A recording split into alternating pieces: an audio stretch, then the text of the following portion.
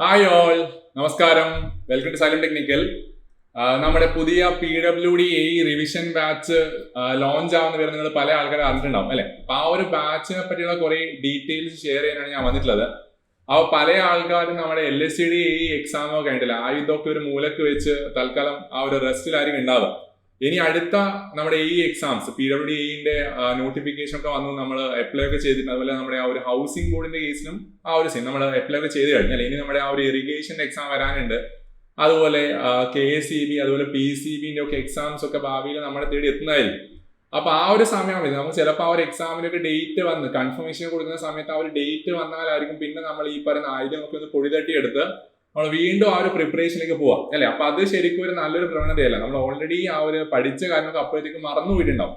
അപ്പൊ അത് കറക്റ്റ് ആയിട്ട് വീണ്ടും ഒന്ന് റിവൈസ് ചെയ്ത് ആ ഒരു എക്സാംസിന്റെ ഒക്കെ ഒരു കൺഫർമേഷൻ ഒക്കെ വരുന്ന സമയത്ത് തന്നെ നമ്മൾ അത്യാവശ്യം നല്ല സെറ്റായി പ്രിപ്പയർ ആയിട്ട് ആ എക്സാമിനെ നേരിടാൻ വേണ്ടിയിട്ടുള്ള ഒരു ബാച്ചാണ് ഈ PWD റിവിഷൻ ബാച്ച്. നമ്മുടെ ഇപ്പൊ തൽക്കാലം ആ ഒരു PWD ഒക്കെ നോട്ടിഫിക്കേഷൻ വന്നത്, അതാണ് നമ്മുടെ ആ ഒരു മുന്നിലുള്ള എക്സാം. അപ്പൊ അതുകൊണ്ടാണ് അതിന് PWD റിവിഷൻ ബാച്ച് എന്ന് പറയുന്നത് ആ ഒരു റിവിഷൻ ബാച്ചാണ്.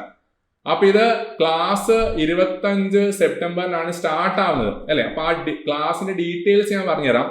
നമ്മൾ ഇപ്പൊ പ്ലാൻ ചെയ്യുന്ന ഒരു 80+ അവേഴ്സിന്റെ ക്ലാസ് ആണ്. അതിൽ തന്നെ എല്ലാ വീക്കും നിങ്ങൾക്ക് ഒരു 3 ക്ലാസ് ഉണ്ടാവും.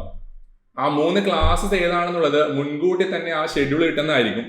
അപ്പൊ അതുകൊണ്ട് നിങ്ങൾ ആ ഒരു ഷെഡ്യൂളിന്റെ ബേസിൽ കറക്റ്റ് ആയിട്ട് കാര്യങ്ങൾ റിവൈസ് ചെയ്യുക. ഓൾറെഡി നിങ്ങൾ LSCD എക്സാം പ്രിപ്പയർ ചെയ്ത ആൾക്കാരൊക്കെ ആണെങ്കിൽ ആ ഒരു ടോപ്പിക്സ് ഒക്കെ ഓൾറെഡി കംപ്ലീറ്റ് ആയിട്ട് പഠിച്ചു കഴിഞ്ഞിട്ടുണ്ടാവും. ഇനി പഠിച്ച് കഴിയാത്ത ആൾക്കാർ, കുറേയൊക്കെ പോർഷൻസ് ഒക്കെ വിട്ട ആൾക്കാരൊക്കെ ആണെങ്കിൽ നമ്മുടെ ആ ഒരു ടൈം ടേബിളിന്റെ ബേസ് നിങ്ങൾ പഠിക്കുക ആദ്യം അല്ലെ.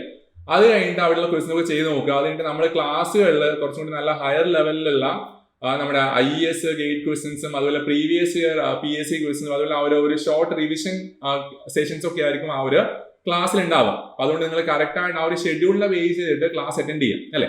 അതുപോലെ ക്വസ്റ്റ്യൻ ഡിസ്കഷൻസ് ഉണ്ട്, പിന്നെ സബ്ജക്ട് ടെസ്റ്റുകളും മോക്ക് ടെസ്റ്റുകളും ഒക്കെ തന്നെ ഈ ഒരു ബാച്ചിന്റെ ഭാഗമായിട്ട് നിങ്ങൾക്ക് അവൈലബിൾ ആയിരിക്കും. അപ്പൊ ആ ഒരു അടുത്ത നമ്മുടെ PWD എക്സാം വരുമ്പോഴത്തേക്ക് അല്ലെ, ഈ പറയുന്ന ആ ഒരു വെൽ സ്ട്രക്ചേർഡ് ആയിട്ടുള്ള ആ ഒരു പ്ലാനോട് കൂടി നമ്മൾ പഠിച്ച് സെറ്റായിട്ട് ആ ഒരു എക്സാമിനെ നേരിടാൻ വേണ്ടിയിട്ടാണ് നമ്മൾ ഈ ഒരു ബാച്ച് ഒരുക്കുന്നത്. അപ്പൊ നിങ്ങൾ ഉടൻ തന്നെ ആ ഒരു ബാച്ചിൽ ജോയിൻ ചെയ്യും. അപ്പൊ അതിന്റെ കോഴ്സ് ഫീ എന്ന് പറയുന്നത് ഫസ്റ്റ് 200 ആൾക്കാർക്ക്, ഫസ്റ്റ് 200 ആൾക്കാർക്ക് ആ ഒരു ഏർലി ബിഡ് ഓഫർ ഉണ്ട്.